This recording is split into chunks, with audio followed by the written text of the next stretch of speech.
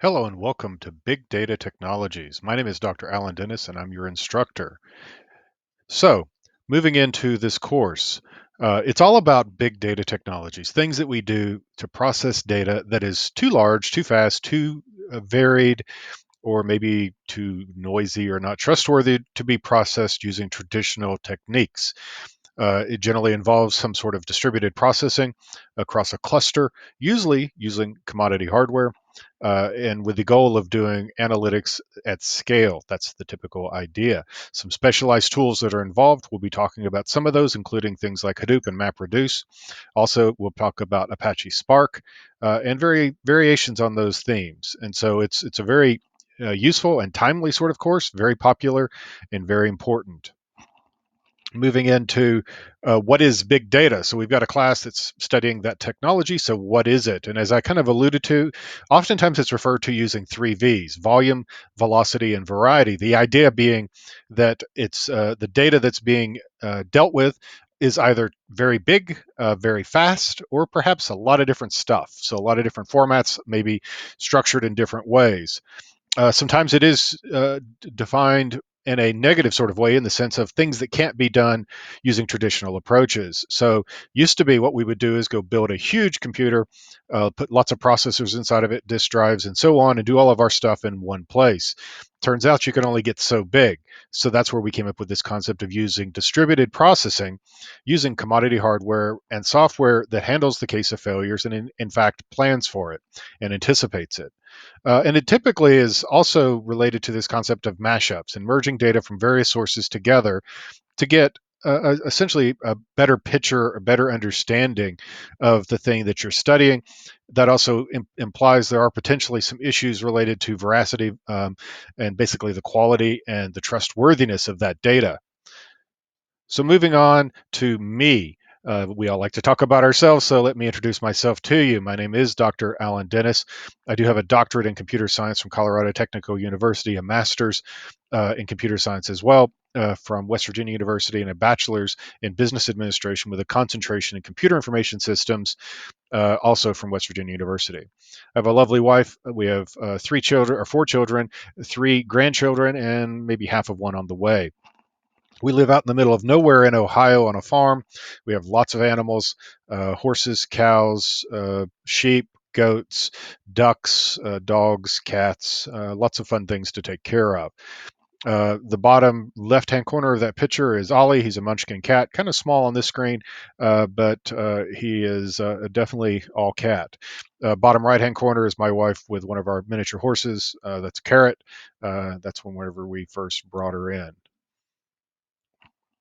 A little bit about my research and kind of what I do. I am very interested in things like advanced analytics architectures.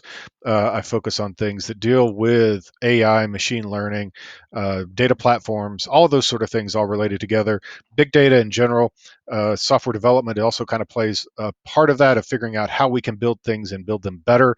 And then also all things AI. So anything that has something to do with artificial intelligence also ties into things like the Internet of Things and stream processing. My dissertation centered on the types of mistakes people make whenever they're dealing with complex event processing systems, which is a form of stream processing.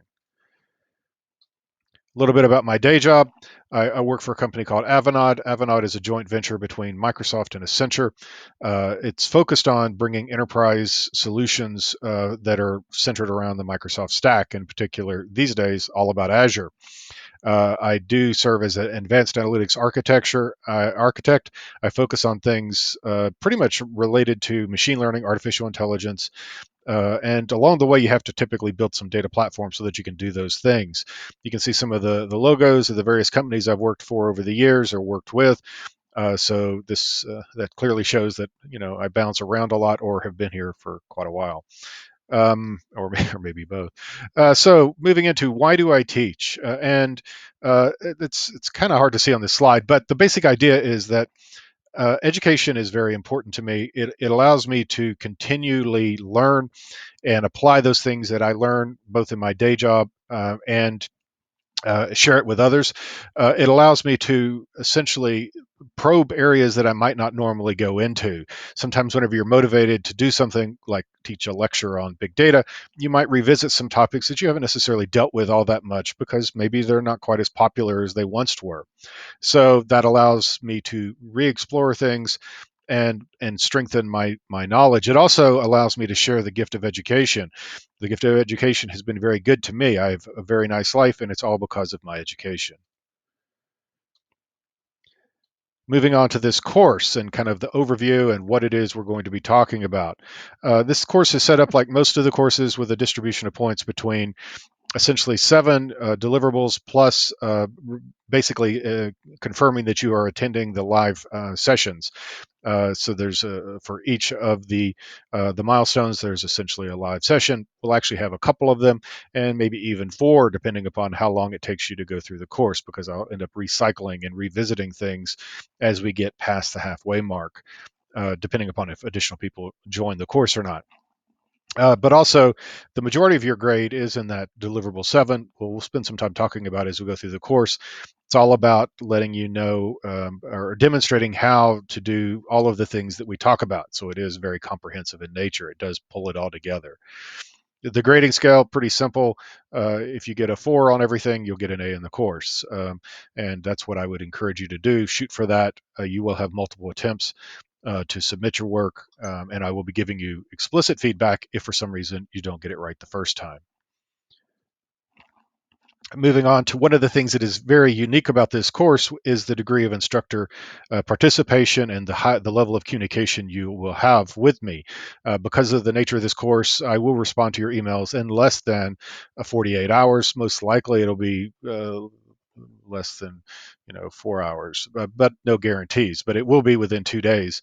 Uh, I will also get your grades done and feedback given within 1 to 2 days. Generally speaking, it's much closer to the 1 day than the 2 day, but there can be delays over the weekend and holidays and so on. Life goes on as you will. So make sure that whenever you are connecting with me, you can do something like in an email. Make sure you include your first and last name and maybe what course it is, so that I know who I'm talking to. Ideally, use your Rasmussen email account so that we can make sure that it's kind of where I know where it's coming from, and so on. And lastly, make sure that you do participate in this course. Certainly within the first week, there's an expectation that you're to participate before the seventh day. Following that, make sure that you're active at least every 2 weeks. Otherwise, bad things may happen. And with that, again, welcome. I'm glad you're here. This is an exciting topic, very relevant, very useful, and I look forward to our time together.